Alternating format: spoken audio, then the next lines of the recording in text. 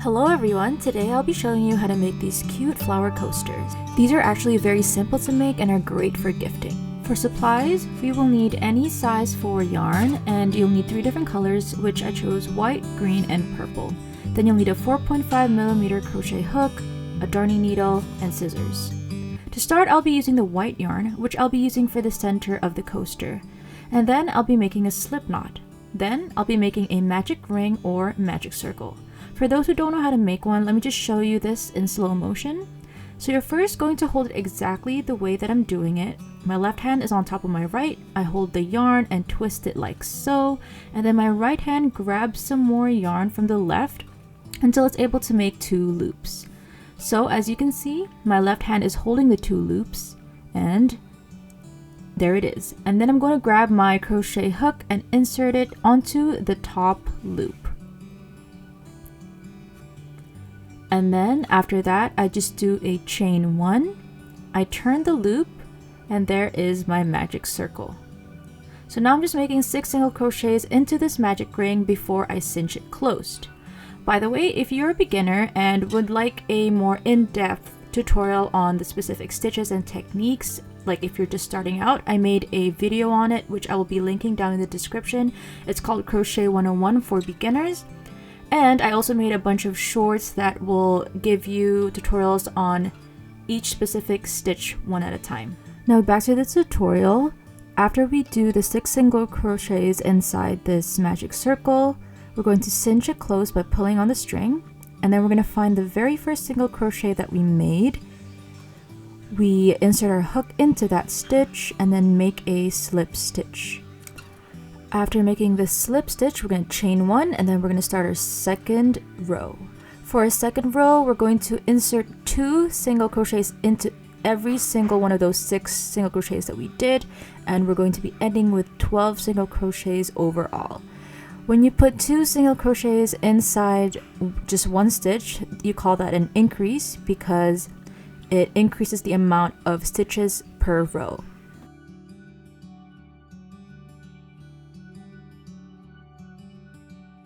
So now that we have our 12 single crochets, we're going to do the exact same thing, which is to make a slip stitch and then a chain 1 and then start on row number 3.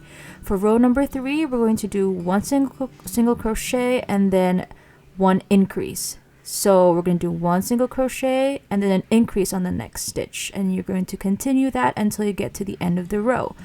At the end of the row, you should have 18 stitches overall.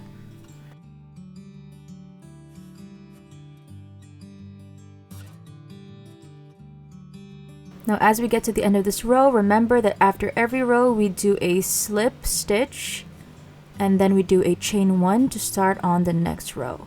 For row number 4, we're going to do 2 single crochets and then an increase.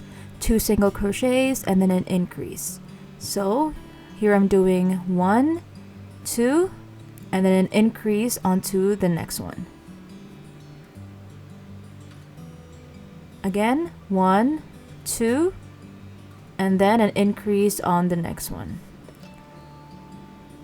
At the end of this row 4, you should have 24 stitches overall.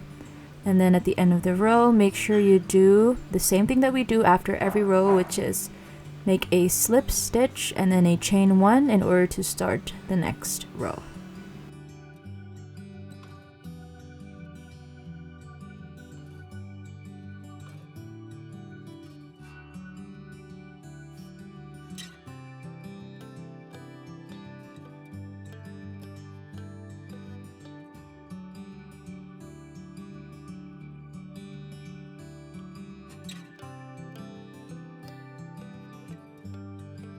Now for row number 5, we're going to do 3 single crochets and then an increase. So here I just did my 3 single crochets, and then on the next stitch we do an increase. And we're going to repeat that pattern until we get to the end of this row. And at the end of the row, remember to make a slip stitch and then a chain 1 before starting on the next row. At the end of this row, you should have 30 stitches overall.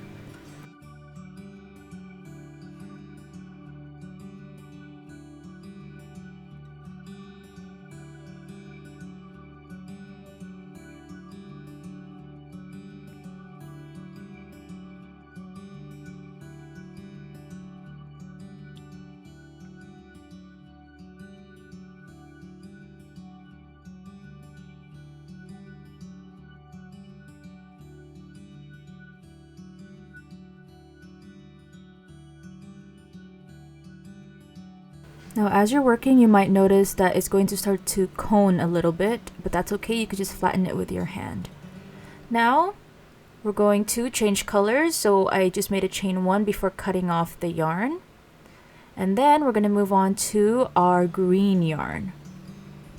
So just take your green yarn and you're going to make a slip knot. After making a slip knot, you take your white portion of the project, insert your hook into the stitch that you just closed off, like so. I know it's a little bit hard to see, but just the very last stitch that you finished. You insert your hook through there, you take your green yarn, insert it into the hook, and then pull that through the stitch that you were just in. And now you're going to hold these two ends and then chain 1, and then you're going to do 4 single crochets and then an increase. And the reason I'm holding these two ends is so that I can make my single crochets with them, and so you don't have to weave these ends later on because you are kind of putting them in between the stitches as you're going. So just to repeat, this is 4 single crochets and then an increase. And then at the end of this row, you should have 36 stitches overall. Now, if you are new to this technique of kind of crocheting your ends into your project, then you can totally just skip it and then you can just sew those ends in later on.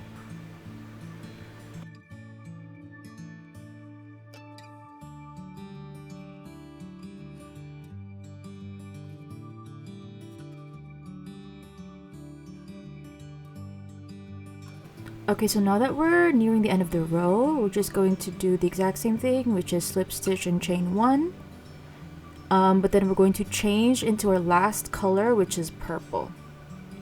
Chain 1, and then you cut the yarn, then pull it through. Okay, so this is me just flattening it because it was coning a little bit. So yeah, we only have 1 row left, so we're going to take our purple yarn. In this case, you could choose whatever color you want. And then you're going to make a slip knot, the same thing that we did when we were changing into the green yarn. So we'll take this project, insert our hook into the last stitch that we just made, like so. And then we're going to take our purple slip knot, insert our hook through that, and then pull it through the green stitch, like so. So same as last time, you can crochet your ends in as you go, but you totally don't have to. So for this next row, I'm going to slow it down a little bit. So you're going to chain 2 like so, and then you're going to make 2 incomplete double crochets into the next stitch. So you you yarn over 1, you go find the next stitch over, and then you're going to yarn over, pull up, and then you're going to pull through 2. That's 1 incomplete double crochet. So you're going to do it again, yarn over, go through the exact same stitch, yarn over, and then you're going to pull through 2. You're going to end up with 3 loops on your crochet hook. That includes your 2 incomplete double crochets. And then you're going to yarn over, and then you're going to go through all 3 loops. And then you're going to chain 2.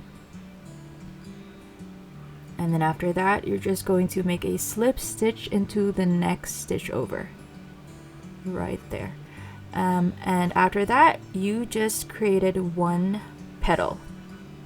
For this next part, I'm going to repeat the instructions, but it won't be slowed down anymore. So we're going to chain 2, make 2 incomplete double crochets into the next stitch, like so. And then you're going to only pull through 2 again. You're going to only pull through 2, and then you have 3 loops on your hook, yarn over, pull through all, chain 2, and then slip stitch into the next stitch over. Now you've made 2 petals. And so you're just going to repeat this whole thing about chain 2, 2 incomplete double crochets, yarn over all 3 loops, and then chain 2 again, and then you slip stitch into the next stitch over. And this is how it should look like at the end. So overall we have 1, 2, 3, 4, 5, 6, 7, 8, 9, 10, 11, 12, 13, 14, 15, 16, 17, and then we're going to make one last petal, which makes it 18. But if you have a different number, that's totally fine. As long as you're around 18 petals, that's perfectly fine. Doesn't have to be perfect. But yeah, so for this last one, instead of putting the 2 incomplete double crochets into just one stitch, I separated it into 2 different stitches, just so that it gets closer to the very first petal that I made. I'm struggling here to make my slip stitch. I wanted to share the stitch with the very first chain 2 that I made, so that they're much closer and there's no gap there.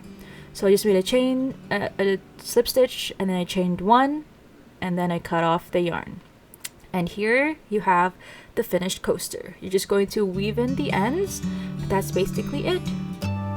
Thank you guys so much for watching. Make sure to check out my sunflower coaster video, which is similar to this coaster tutorial, and also my crochet 101 for beginners. See you next time!